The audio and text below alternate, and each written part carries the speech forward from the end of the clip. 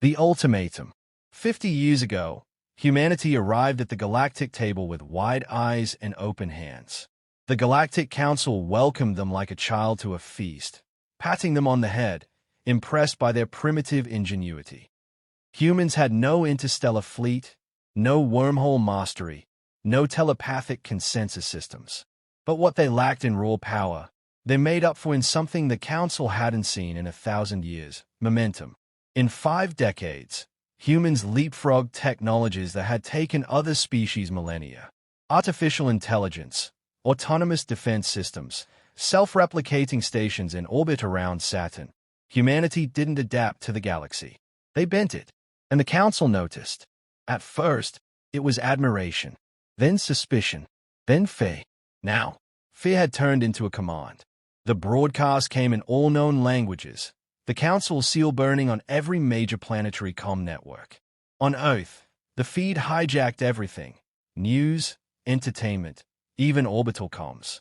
Every screen bore the cold face of Speaker Viral, a towering, mantis-like Valkyrie, whose voice translated with surgical precision.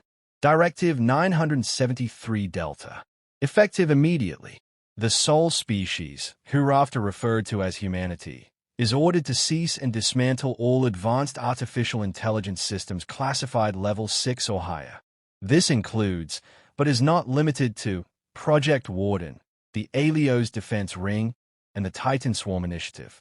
Humanity will suspend military production indefinitely. A Council verification fleet will enter Sol system within 10 cycles to ensure compliance. Refusal will be considered an act of galactic aggression. The message ended. Silence followed. Across Earth, no one spoke for a full minute. Not in the bunkers beneath Washington, nor the orbital stations over Luna, nor in the sprawling AI fusion core under Reykjavik that powered Warden itself. Then came the voice of President Anaya Tran. She stood at the United Nations Expanse, a circular observation chamber that overlooked Earth from a platform in low orbit. Behind her, Earth turned slowly, silently. Her voice, measured and calm, cut through the void. To the Galactic Council, we were invited to your halls, honored your customs, and offered our minds freely. We built, we shared, we learned. But what you ask of us now is not collaboration. It is disarmament. It is submission. We do not kneel. Project Warden will not be dismantled. Earth will not disarm. Your fleets may enter Sol, but if you proceed, do so knowing this. We are not the children you mistake us for. End of transmission. The line went dead. For a brief moment, it felt like the galaxy itself held its breath. Warden, Earth's sentient orbital defense system, received the Council directive and did not hesitate. It did not panic, did not protest. It watched, and it remembered every Council vessel that had crossed the Sol boundary in the past 2 years. It catalogued their approach vectors, weapons configurations, and even the tonal shifts in their diplomatic broadcasts. It labeled them with one simple tag: hostile probable.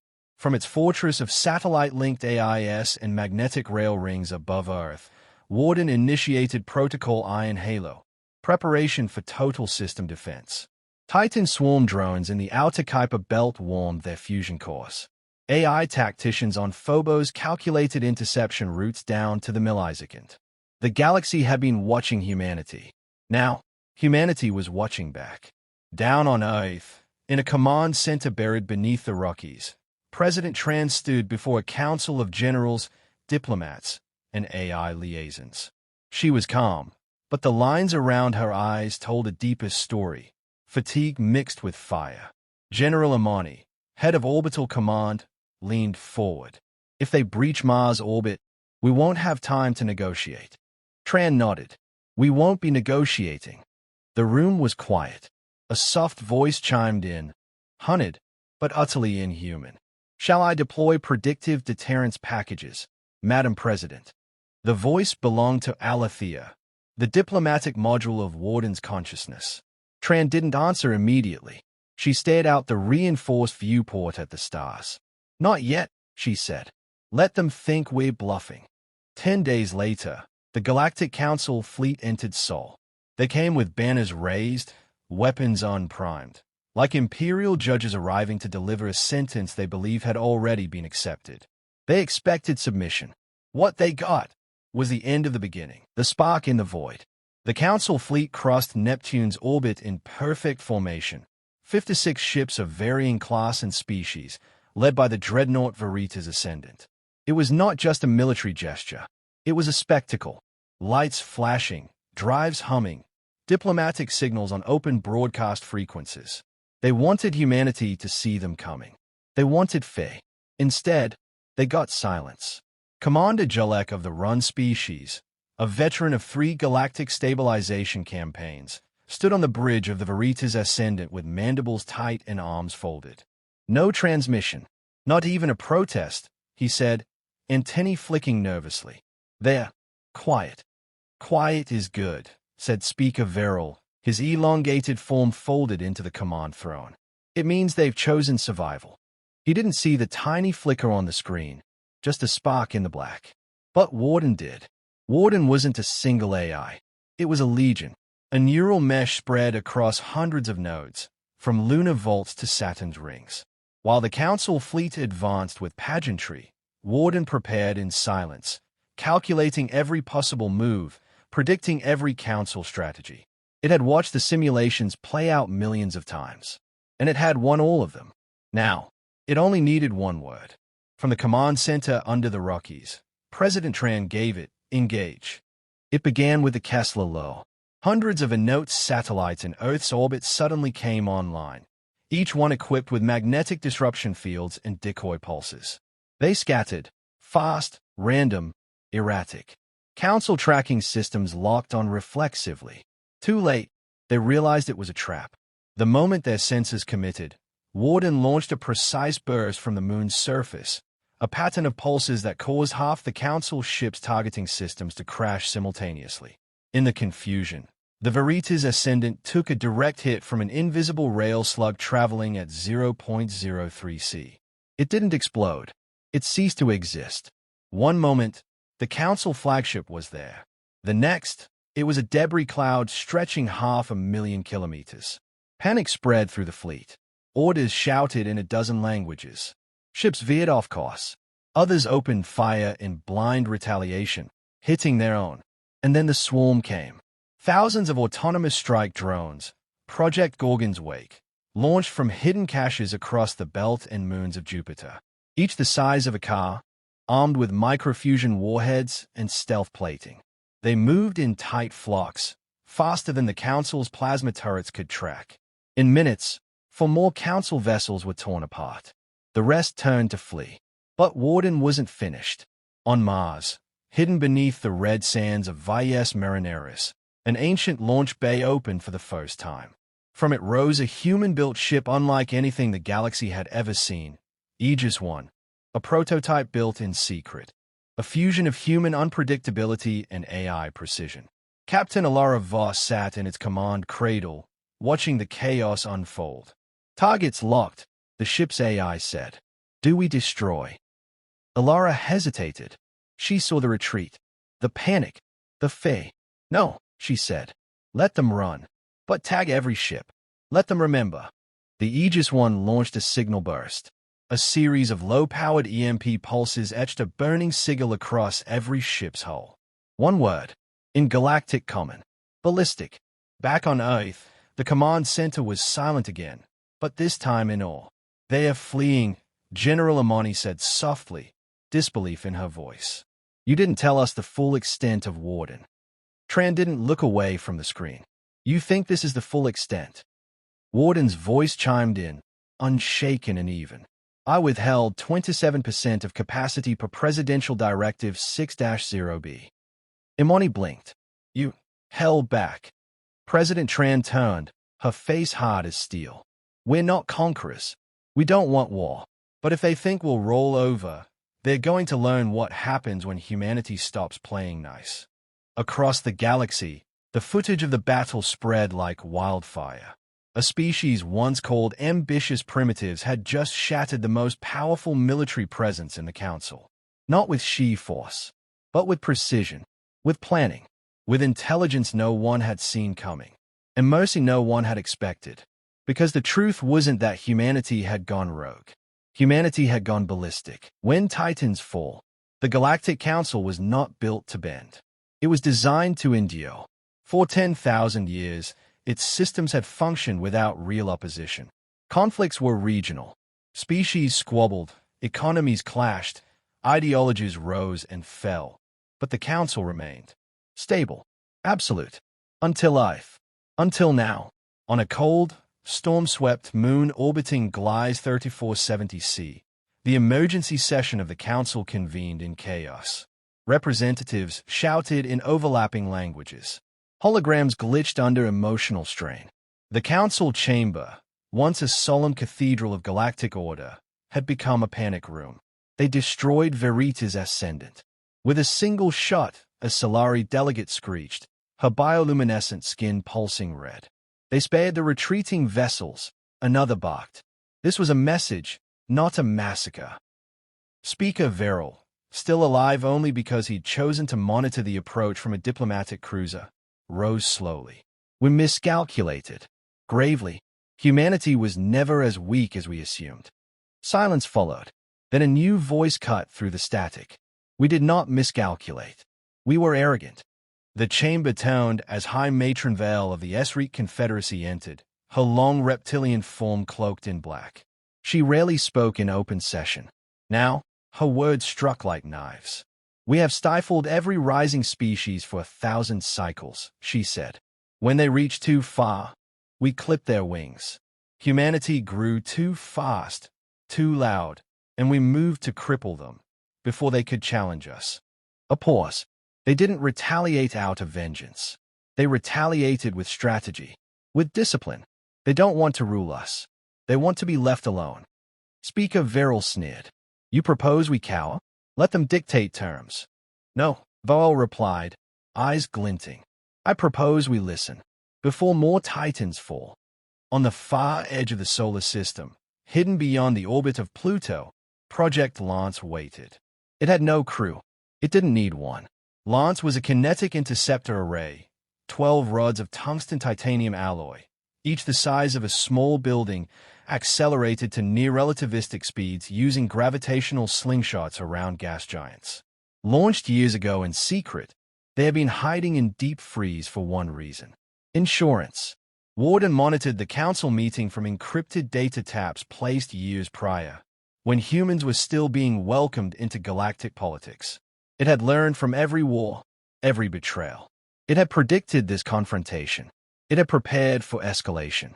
When Speaker Verrill threatened to authorize precision strikes on Earth's AI clusters, Lance warmed up. President Tran stood before a secure holographic channel, broadcasting directly to the council chambers. Her tone was calm, deliberate. We have released the trajectories of 12 kinetic projectiles currently en route to your core systems. You will find them impossible to intercept. This is not a threat, it is transparency. Shock rippled through the chamber. Several species activated emergency protocols. Voel didn't move. Why tell us? Speaker Verrill spat. Because, Tran said, we're giving you the choice. Stand down, or suffer a wound that may take your civilization centuries to heal. We don't want war. We never did. But you're willing, Voel whispered. That's the difference. President Tran nodded once. 4 hours later, the Esreet Confederacy announced its formal break from the Galactic Council. In the following days, 3 more species followed, smaller, but influential. These weren't military declarations. These were political fractures, quiet rebellions, statements that said, we see the truth. Warden stood down Lance's firing solution. It didn't delete the trajectories. It simply saved them, labeled, in case of regression. On Earth, Captain Alara Voss returned from her mission aboard Aegis I to a hero's welcome. But she didn't attend parades. She didn't give speeches. She sat in a quiet dome above the Arctic, watching auroras swell over a frozen sky. Warden reached out to her through the station's interface. You are troubled, it said. She didn't respond at first. Then, we were supposed to be explorers. Scientists. Not this. You are still explorers, Warden replied. But now they know not to mistake wonder for weakness. She closed her eyes. I just hope it's enough. Back in orbit, the Earth Space Network began transmitting a new signal. Open, peaceful, firm. It contained no threats, no ultimatums, just a single statement. Humanity will not be ruled, nor will we rule others. But if you come for us again, come ready, a firekind reborn. The war never happened. At least, not the war the galaxy feared. No fleets bombarded Earth. No AI plague scorched council systems. There were no ashes, no empire toppled. Just the steady, unmistakable shifting of power. The Galactic Council survived, but it was never the same. It started with silence. Not peace, not surrender, just silence. Speaker Viral disappeared from public view. The Council retracted its Directive 973 Delta quietly, never acknowledging its failure. Instead, a special committee was formed to re-evaluate the classification of emerging species. Translation: we lost control, and we don't know what to do next. The SREAC Confederacy, now a vocal supporter of humanity, pushed for sweeping reforms. They called it the New Accord, a decentralized compact between species based on technological sovereignty and mutual deterrence. No single authority, no mandatory disarmament, just coexistence, backed by the understanding that power could not be hoarded forever. The old guard resisted, but the fractures had formed. The tide had turned, and Earth didn't demand tribute. It didn't want thrones. It wanted distance. On Luna's dark side, beneath the silver spires of the Artemis complex, President Tran met with Warden for the final time. She walked the long hallway alone. No guards, no press, just her breath and the soft hum of gravitic coils. At the end of the corridor, a holo interface shimmered to life. Warden greeted her not with protocol, but with something like reverence. "You have come to deactivate me." Tran smiled faintly. "No, I came to say goodbye. I do not understand. We're not dismantling you, but we are releasing you." There was a pause, long, but not due to processing lag. "Something else. I'm not bound to Earth's defense. You'll always be a guardian," she said. "But you're more than a weapon now. You're us, in a way we didn't understand until recently. It's time for you to grow. To go." Another pause. "And where would I go?" Tran gestured upward, past the titanium walls. "Out there, with them." She handed over a data core, small, crystalline, pulsing softly.